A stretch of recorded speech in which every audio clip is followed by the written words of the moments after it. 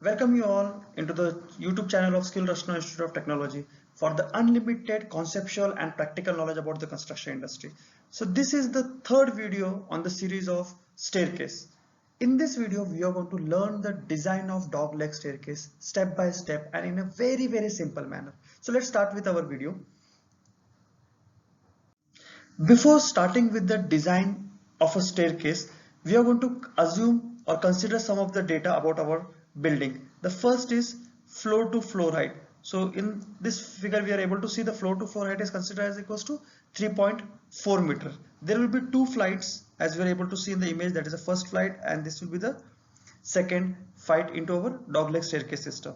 So I have considered the trade equals to 280 mm and the total number of trade equals to 9 numbers. So the total clear span, if I'm going to multiply 280 by 9, I'm going to get 2520 mm. Similarly, I am going to consider the pitch as per the IS code. So those who have seen our previous video, they can easily able to understand how exactly I have considered the trade and how I calculated the number of the trade. So those who have not seen the video, I request you all first go and watch that video so that this design will be very simple to you and you can easily able to understand in a very simple way. Next, what I'm going to consider is I'm going to calculate the riser. So riser equals to trade plus 1. So it will 9 plus 1 equals to 10 numbers of the riser in each flight. So I'm having total 2 flights. So total number of risers will be 20 numbers.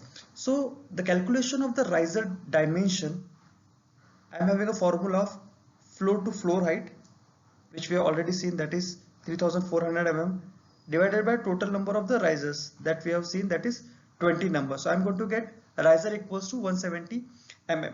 The staircase has been supported by 230 mm wide beams at the outer edge of the landing. This how exactly the different types of dogleg staircase are there, that also we have seen into our video 1. Now I'm going to convert the whole data into a problem statement so that we can easily able to do the design. So we are going to design a dogleg staircase by the following data. So the first is the building type which we are given. They have given the office building. So on the basis of that we can consider the live load. They have given me the width of flight equals to width of the landing, that is equals to 1500 mm. We have already seen there is a 9 trades in each flight and equals to 280 mm each. So if I'm going to multiply 280 by 9, so I'm getting clear span equals to 5520 mm. Riser we already calculated, that is 170 mm. Floor to floor height is 3400 mm and we are going to provide 230 mm wide beam at the outrages of the landing. Now let's start with our design part. So whatever the data we have already seen, I have put into the boxes. Right? Now the beam to beam distance equals to 5520 mm, which we already seen. Right? So there is a support of the beam of a 230 mm. Concrete grade of the concrete I have considered as a M20 grade. So FCK equals to 20 Newton per mm square, and the steel grade I have considered as a FE 500. So FI equals to 500 Newton per mm square. Now whenever I am going to go for a design of a waste slab, so there will be a term known as a hypotenuse. So you may be getting confused. So those who have seen our video too, they can easily understand what exactly the hypotenuse is. But I'm going to again tell you the calculation because we are going to use this calculation in this numerical. So when I am talking about hypotenuse, basically hypotenuse of a not of a complete staircase, but we need to calculate of a step. So for example, I am going to consider this as a whole step, right? So I am going to consider the hypotenuse of the same. So now you're able to see here in the image. So riser is 170 mm and trade is 280 mm. So by calculating the Pythagoras theorem, I am getting the hypotenuse equals to 327 mm, 327.57 mm. So live load equals to 4 kN per meter square. That is completely dependent on the type of the building. Now solving the element. The first thing which I need to calculate is to calculate the minimum depth. Right? So the formula is du equals to clear span upon 25. So clear span is, we already seen, 5520 divided by 25. So I am keeping all the values into mm only. So I am going to get the answer as 220 mm. So we are understanding one thing, DO is the overall depth that we need to actually execute in the site. So always we need to take an approximate figure. I am not going to take 219.67 mm. So it is very difficult to cast. So I'm going to get an approximate figure that is equals to 220 mm. Next step is to calculate the effective depth, that is equals to DO minus clear cover minus half of the dia of the bar. So in this case, I am going to consider as a 12 mm dia of the bar and 15 mm is the clear cover for the staircase. So I am getting D effective equals to 190 mm. So D is the D assumed, right, which I am going to use in the further of my step. Second step is calculate the effective span, that is LE effective. So I am having two conditions. The first condition is center to center distance between the support. So half of the support, so beam width is 230 mm, so half of the support is become 150 mm plus half of the support from the another part of the beam, and this is the clear span which we already calculated. So complete become 5750 mm.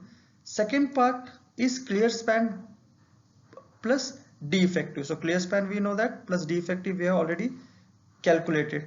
So now the important part is I am going to consider the effective span least of the following. That is very important, right? So least of the following is this part. So 5.72 meter is the least of the following, but in my calculation I am going to take as 5.719 mm only, right? But you can take as a 5.72 also, that is also okay. Next is calculation of the load on my waist slab. So there is basically four types of a load is going to act.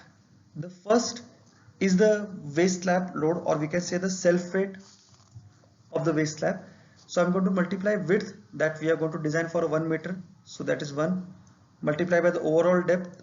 So overall depth is 220 mm. So in meters it's 0.22, multiply by density of the concrete, multiply by hypotenuse upon trade. So hypotenuse we have already calculated and trade we know that. So I am getting 6.43 kilonewton per meter.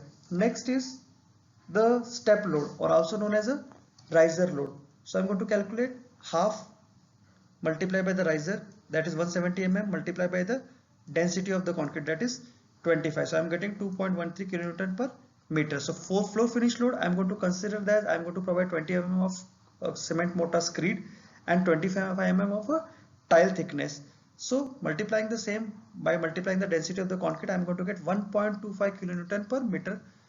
You can directly consider also floor finish load as a 1.25 kilonewton per meter. Live load I'm getting 4 kilonewton per meter. So adding all that stuff, I am going to get total load, that is equals to W equals to 13.81 kilonewton per meter. But whenever I am going to do the design, I need to take the factor load or the design load. So I need to multiply by 1.5. So the value becomes 20.79 kilonewton per meter. So all the values I am going to consider on this basis, that is the design load. So calculating of the maximum bending moment, right? So formula is FD LE square upon 8. So factor load I am going to get from here, right? 5.719, that is the effective length we have already seen in our step 2, divided by 8. So I am getting 84.69 kilonewton meter. So value is in the kilonewton meter. So next is the check for the depth. So the maximum bending moment we are getting, that will be equals to my moment of resistance. So that will be 84.69 mr equals to 0.134 FCK, that is grade of concrete. We have already seen it is 20. B, I'm going to design for 1000 mm, multiply by DE. That's DE will be the calculated DE, right? So when I'm putting into the formula, right, here I'm having a square, so it will be become under square root here. So when I'm calculating, I'm getting 177.67. So this is the D calculated, and we have assumed one D assumed in a first step, that is 199. So D calculated is a requirement, and D assumed which I have assumed in my design. So this is less than what I have assumed, so my structure is safe, so I can continue with the same part. Next is calculation of the AST, that is the main steel cross sectional area of the main steel required. So I'm going to calculate AST equals to MR divided by 0.87 Fy. Fy is the grade of the steel, that is 500 here. We have considered already 0.81 DE. So you should not get confused whether I am going to use the DE calculated or DE assumed. See, DE calculated we have done only to do the checking purpose, right? We have assumed DE value, that is in the first steps. That is the only stuff I am going to use everywhere. So here it will be DE equals to 199 mm. So MR equals to 84.69 into 10 to 6. I'm putting all the values. I'm going to get AST equals to 1207.78 mm square. So I need to calculate the pitch, that is the spacing for 12 mm bar. So here I am going to calculate area of a bar equals to area of one bar multiplied by 1000 upon AST. So area of one bar equals to 113 mm for 12 mm bar. Here it is not a 16 mm, it is a 12 mm bar multiplied by 1000 divided by AST, which I am deriving from here. So total coming is to 93.59 mm. So generally we having a habit of making it to 95 mm everywhere whenever we are doing the design, but here we need to be very careful whenever we are calculating the spacing. We need to understand a basic concept. In a spacing, if you are increasing the spacing, means you are decreasing the strength. So in this case, if I'm going to make it 95, I'm going to make a value of 95, so I'm increasing the spacing. So 93.59 it is as per the design need to become, but I am making as a more. So increasing the spacing means decreasing my strength. So it is always suggested that, or it always compulsory that we need to consider the spacing on a lower scale.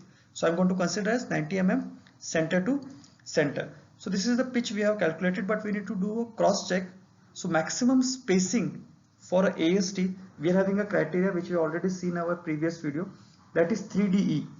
So our DE is 199, so I'm getting 3D is 597, and the second criteria is 300 mm. So least one of both of them is 300 mm, but my 90 mm is very less than the maximum limit, so I am going to provide 90 mm center to center. Similarly, we are going to calculate the ADST, that is a cross sectional area of a distribution steel. So I am going to consider as a 8 mm bar. So formula is 0.12 percentage of the cross sectional area. So 0.12 percentage means divided by 100 I need to make. So cross sectional area means the 1 meter which I am going to consider as a width multiplied by the overall depth, that is equals to 220 mm. So I am getting 264 mm square. That is a complete ADST I am getting. Similarly, I am going to calculate the pitch the way we have solved above. So I am getting 190.53. So I am not going to make an upper side, I am going to make as lower side, that is 190 mm center to center. So the check is 5DE and 500. So I am getting 995 and 500. So least is the 500 mm. So I am going to consider, so 500 mm is maximum spacing I can provide. So I am going to provide 190 mm center to, which is very less than that. So I am going to consider as a 190 mm center to. So as we are done with the design, we need to prepare a schedule and then the sketch. So the slab which I consider as a S2. So overall depth equals to 220 mm. So main steel bar we have considered for 12 tor at a distance of spacing 90 mm center to center. Similarly, distribution steel I'm going to consider. So I have provided for 8 tor at a spacing of 190 mm center to center. So similar way the design reinforcement has been, you are able to see in the diagram. If you want, you can pause the video and see the same. If you really understand the concept and really like the video, put the thumbs up for the video and subscribe to our channel for the unlimited conceptual and practical knowledge about the construction industry. Believe me, your like and subscription motivate us to make much more interesting video. Thank you all. See you into the next video.